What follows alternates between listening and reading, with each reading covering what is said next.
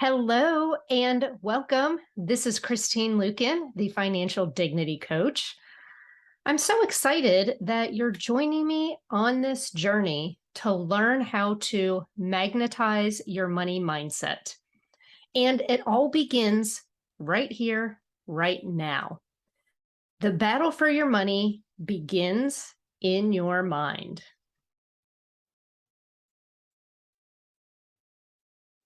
During today's session, you're going to discover the power of your unconscious mind in mastering your money. You're going to discover why it's actually impossible to make logical money decisions and what the heck to do about it. You're also going to uncover what's going on underneath the surface that might be holding you back from really succeeding with money at the highest level.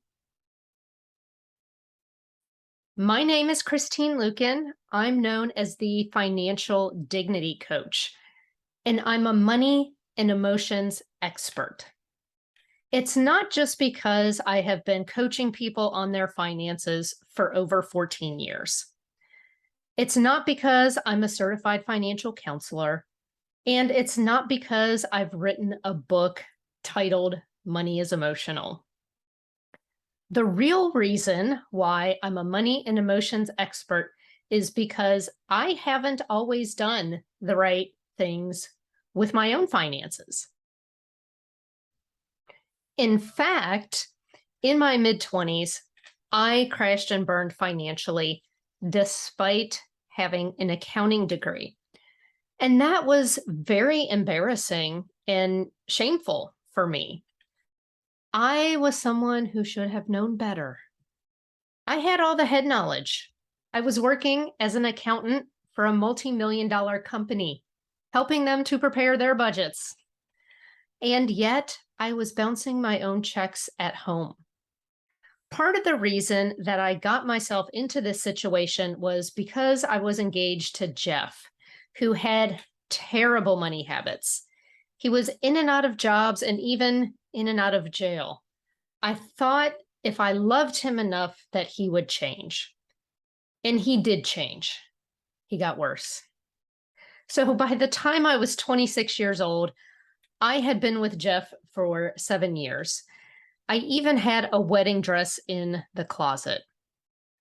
I hit rock bottom, both relationally and financially. I wanted to leave the relationship, but I had no money to leave. I didn't have any money to go and get my own apartment.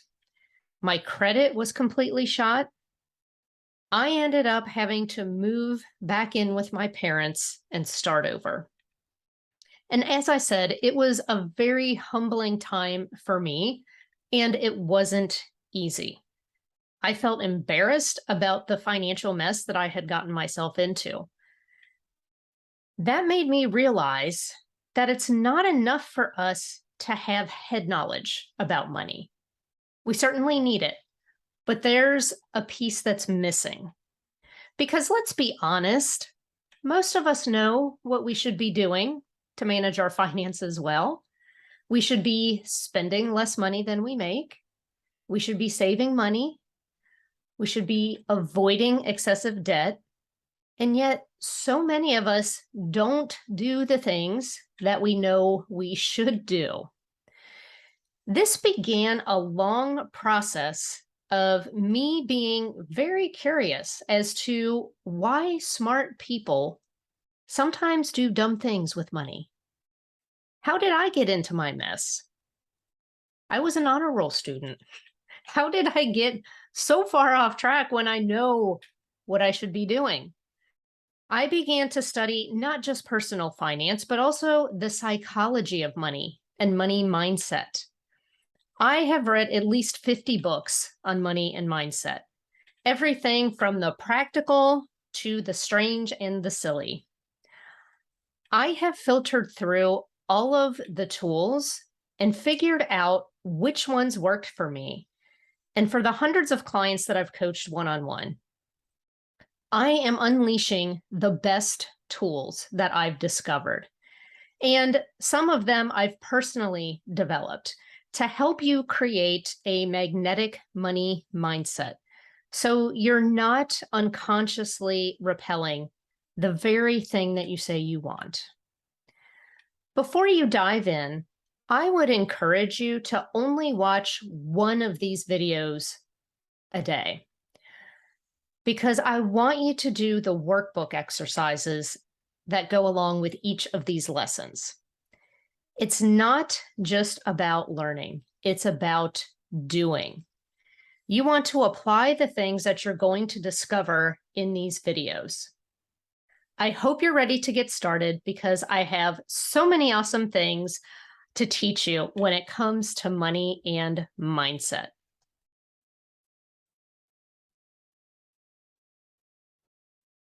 It's important for us to start paying attention to our thoughts, our words, and our emotions when we are interacting with our money. The very first step to change is awareness. Now, most financial gurus will tell you, if you don't like your financial results, you need to change your actions. Then they give you this list of actions that you need to take. You might have read different money books or even taken a financial course or program. You tried this formula, step-by-step program to fix your finances, and maybe you even saw some results. But then something always happens to knock you off track, right? You take 2 or 3 steps forward and you slide 1 step back. You feel like there's something missing, or maybe even something blocking your progress, but you don't know exactly what it is. The problem with many of these financial books and programs on the market today is that they don't deal with the things that cause our actions. Yes, if we want to change our financial results, we absolutely do have to change our actions. However, we are doing ourselves a disservice if we don't consider all the things that spur us to action, or things that cause avoidance of action. Your thoughts, your words, and your emotions are the things that trigger you to act, and sometimes prevent you from taking action. The reason why I talk about emotion so much is because science has recently proven that it is impossible to make logical money decisions. I hate it when financial professionals say things like, you need to think financially, not emotionally, or you just need to leave emotions out of this financial decision. The truth of the matter is that they are asking you to do something that's actually physically impossible. The good news is, because emotions are so powerful, we can learn how to use that power to move forward instead of fighting against it. And it's very interesting because scientists recently proved that the moment of decision happens in the same part of our brain that processes emotion. And they found this out completely by accident. They were studying a group of stroke patients who were very high-functioning individuals.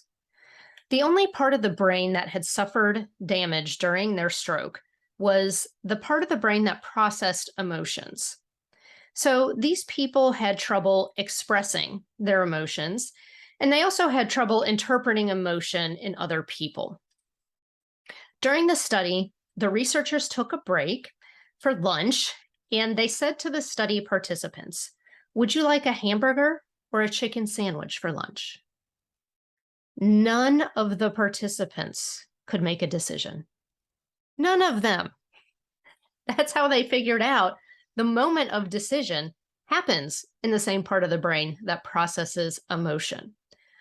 This is why we need to pay attention to our emotions around money because they directly affect our actions. We have two parts to our brain. We have our conscious mind and our unconscious mind. We can think of our brain like an iceberg. We're aware of what's going on in our conscious mind, but we usually don't notice what's going on under the surface in our unconscious mind. About 95% of our daily decisions and actions are driven by the unconscious mind. You might think that's a terrible thing, but it actually is a good thing because if we had to consciously think about how to drive a car, how to tie our shoes, how to turn on the computer every day, we wouldn't have any conscious brain power left to do problem solving or to perform our jobs. I find it really interesting that I've never learned anything about my unconscious brain in school. I don't remember learning anything about how information was processed and how it was stored in our memories or in our unconscious minds. It's vital for us to understand what's going on beneath the surface in our minds. When we're talking about our finances, the stuff that's on the surface are the things like our income, our net worth, our credit card debt, our investments, our cash in the bank, our expenses. But down beneath the surface, there are things that are affecting our financial behaviors that we don't always see and notice right away. These things are negative self-talk, emotional triggers, unconscious patterns, money narratives, relationship dynamics, and potentially even financial trauma. My goal with today's training is to help you lower the waterline on that iceberg so that you can start to discover what's going on underneath the surface, the things that are actually driving our behavior. So, what causes our emotions? We talk about emotions driving our actions. And sometimes it can feel like our emotions come out of nowhere, right? All of a sudden, we're pissed off. Or all of a sudden, we feel anxious. All of a sudden, emotion floods us. And it's not just something we think in our head, we feel it in our entire body. Well, there's always a trigger for the emotion. Typically, what happens is something, a situation happens, someone says something upsetting to us, or maybe we just have an unpleasant memory that we replay in our mind. Those thoughts and those words trigger our emotions, and our emotions cause us to act. They might cause us to take an action, or they might cause us to run away from something to avoid a problem. If you think about the last time you got angry, what happened immediately before that? Were you rehearsing some situation in your head? Did you get into an argument with your spouse? Did a coworker say something rude to you and that made you angry? If I asked you right now to think about the last time that someone made you really angry and you replayed that scenario in your head, you could probably feel that anger all over again in your body, right? There might be thoughts and emotions that are simmering right beneath the surface that can actually cause us to repel money. And the crazy thing is, we're not even aware of it. I want you to think about your unconscious mind as your money blueprint. If I were to give you a blueprint to build a ranch house, a one-story house. It does not matter how hard you work or how fast you work or what building materials you buy or who you hire. You are only going to get a ranch house with that blueprint. You are never going to get a two-story. The only way you're going to get a two-story house is if you go back and you change the blueprint. I have found that there are many people who are trying to build the equivalent of a two-story financial house, and yet they don't realize they're operating off of a ranch blueprint. They don't need to work any harder or any faster or hire anyone else. They need to go and correct the blueprint first. And once the blueprint is fixed, the outside actions and results come so much easier and faster than you would ever imagine. I want you to listen to yourself. What have you been saying about money?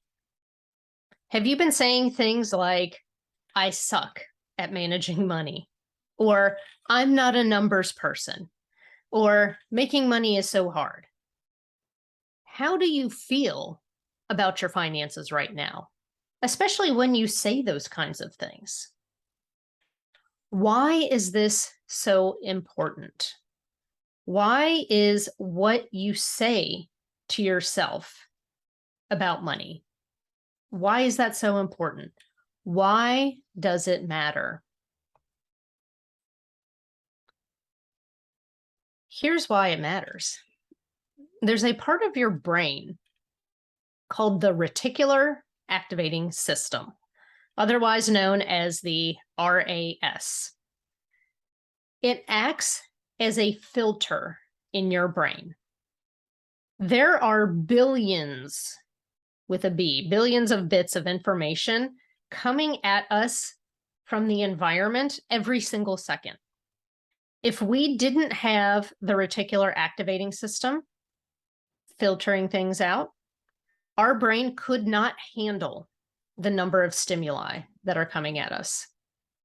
This is actually a safety mechanism, so we don't end up as little puddles of jello on the floor because of overwhelm. Your RAS acts as a filter, and it only brings in the environmental stimuli that are important to you. So I want you to think of your brain, I want you to think of it as your brain's bouncer, so to speak, right? That's essentially what the reticular activating system is. It's your brain's bouncer. Whatever is important to you is what the RAS is going to let in. If something is not important to you, or if it's something that you disagree with at your core, either consciously or unconsciously, it will filter it out. And because of that, your reticular activating system will block out stimuli that contradict your deeply held beliefs. So if you say things like, I'm no good with money, or making money is really hard, your reticular activating system will literally block out opportunities that contradict those beliefs. There might be an opportunity for you to make money that's relatively easy and effortless. Your brain will not even allow you to see it because your unconscious mind wants you to agree with yourself at your very core. It's very interesting because scientists have conducted studies with people to see how the RAS filters out information in the environment based on their beliefs. So they had two groups of people in this particular study, and they told one group of people, you are very lucky. You are so lucky, you even find money just lying on the street. And the other group, which was the control group, the researchers didn't tell them that they were lucky. Actually, they didn't really tell them anything. Then they had each of the individuals from both of the groups walk down a certain stretch of street where there was a $20 bill laying on the ground in the exact same spot each time a person walked down. Upwards of 80% of the people who were told that they were lucky and that they find money spotted and picked up the money. It was completely the opposite with the control group. Only about 20% of those people saw and found the money, even though it was in the exact same spot for everyone. That's because what we focus on, our reticular activating system will let in. That's why it is so important for us to make sure that our words about money are positive and we're thinking and saying the things that we actually want.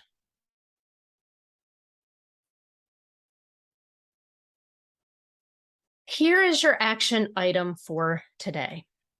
I want you to grab your workbook and write down 10 negative things that you say about money. Now, you can certainly write down more if you think of more, but I want you to write down at least 10. If you're able to think of all 10 in one sitting, that's great. But put your notebook, your workbook, where you'll see it throughout the day. And as you think of things, write them down. So, sometimes it'll be real easy and a whole bunch of stuff is going to come to you. Sometimes there may only be one or two things, but, leave the workbook out somewhere where you'll see it, where it's handy. And as you think of things, let's get at least 10 of them down in your workbook. So I am going to tell you in a future video exactly what we are going to do with this very important information.